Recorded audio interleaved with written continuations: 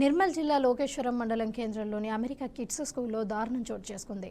2వ తరగతి చదువుకున్న తమ కూతుర్ని టీచర్, ప్రిన్సిపల్ కొట్టారని తల్లిదండ్రులు ఆరోపిస్తున్నారు.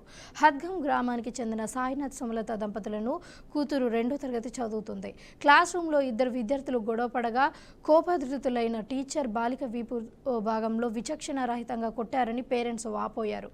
తమ బిడ్డకు తీవ్ర గాయాలయ్యాయని తల్లిదండ్రులు పోలీస్ స్టేషన్లో ఫిర్యాదు చేశారు. స్కూల్పై చర్యలు తీసుకోవాలని డిమాండ్ చేశారు.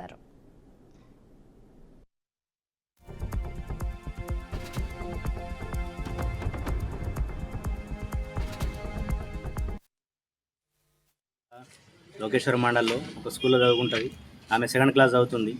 అయితే నిన్న చిన్నపాటి వాళ్ళ క్లాస్ రూమ్లో వాళ్ళ స్నేహితులతో చిన్నపాటి గొడవ జరగడం వల్ల, గొడవ అంటే చిన్న మా పాప ఇతర పాపని కొట్టడం వల్ల ఆమెకు చిన్న గాయమైంది. ఆ గాయాన్ని అదుపులో తీసుకొని ఈ యొక్క ప్రిన్సిపాల్ అయినటువంటి దివ్య మేడం గారు ఆమెని, మా పాపని శృతిక, పేరు శృతిక, శృతిక 2nd క్లాసు, ఆమె క్లాస్ రూమ్కి తీసుకెళ్ళి మొత్తానికి బాడీ మొత్తం తలకాయ బయట అంపేసి కింద అంపేసి ఈపి పైన మొత్తాన్ని వాతలు అంపడం జరిగింది. మొత్తం కొట్టిందైతే అసలు నిద్ర పడతలేదు. నైట్ కూడా 2 సార్లు మోషన్స్, ఆయన వాంతింగ్ చేసుకున్నది. ఇప్పటివరకు ఇట్లా వణుకుతుంది, ఆమె భయపడి వస్తున్నది.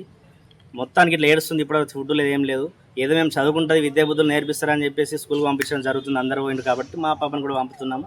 ఇప్పటికీ 2-3 ఇయర్స్ నుంచి పంపుతున్నాము, ఇప్పుడే కాదు. అప్పటి నుంచి ఇప్పటి వరకు ఈరోజు మేడం ఇలా ఎందుకు చేసినాం, ఇలా ఎందుకు జరిగిందంటే ఈ పాప వేరే పాపను కొట్టింది కాబట్టి మేము మీ పాపను కొట్టాల్సి వచ్చింది సార్.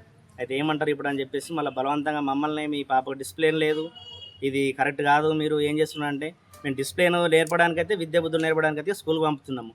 మీరు ఇప్పుడు 2-3 సీజన్స్ నుంచి లేని డిసిప్లిన్ ఇప్పుడు అడగండి, మీరు ఇప్పుడు ఎందుకు అడుగుతున్నారని మేము పొద్దున కూడా అడగడం జరిగింది.